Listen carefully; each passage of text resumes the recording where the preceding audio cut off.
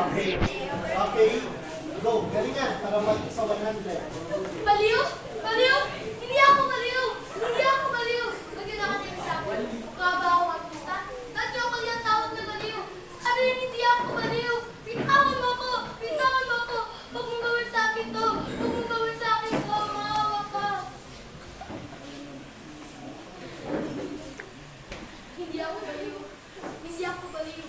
Pag hindi ko baliw sa paraan, nilalag ko ang aking kapatid sa tahanan. Nabawang kong iyak at halagang gutom ang nararamdaman. Mga kapatid, huwag kayong mag-alala at ako'y babalik.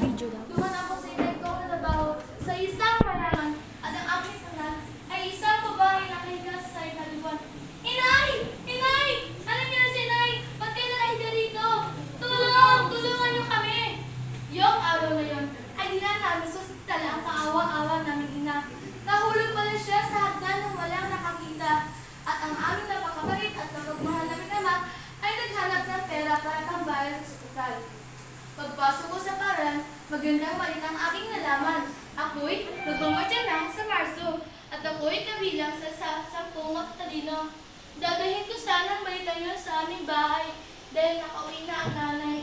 Ngunit ang tatas ko ay isang malakas na iyak naman ang aking kapatid.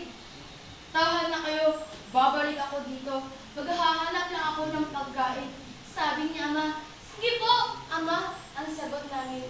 Ilang oras ang lumipas, si Ama ay may dala. Hindi niya talaga kami binigo, kaya kami ay kumain na ng masaya at salo-salo. Ngunit, pulis? Pulis? Pulis? Anong ginawa pulis dito? Hinuli nila ang aking ama, na aking ama at pagod at galing sa paghahanap ng pera.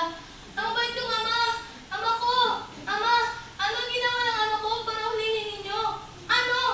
Sabi nila, siya daw ay nagnakaw ng malaking halaga. Ngunit hindi yun totoo. Mabait ang aking ama. Mahal na mahal namin siya. Hindi siya gawa ng anong bagay. Ngunit kanila siyang hinuli. Ang pagpasyang ito sa pinagtatabawan kanina at ko si Senyora kasama kanyang anak. Humingi ako ng tulong at ako na may handaro tulungan. Ngunit, bakit ganito? Bitawan mo ko! Bitawan mo ko! Lain mo ko! Please lang, maawa ka sa akin. Tulong na aking natanggap at galing sa kampo ng kasiman. Tulong na aking hagad ay may kalakip na maruming hagad. Pinagsamantalahan, inabuso, binaboy. Bakit ganito? Bakit ganito? Pag-uwi ko sa bahay, natatand ko si Ina nakahiga sa sahig at mga kapatid ko yung umiyak ng labis. Ano nangyari? Ano nangyari kay Inay? Pagbawa ko sa pusoy, wala na! Patay na si Inay!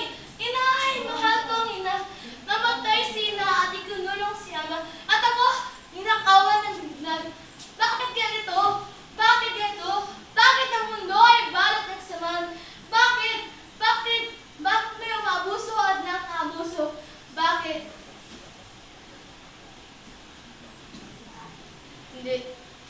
Hindi pa patay ang aking ina. Si Ama, naghahanap lang ng pera, babalik siya.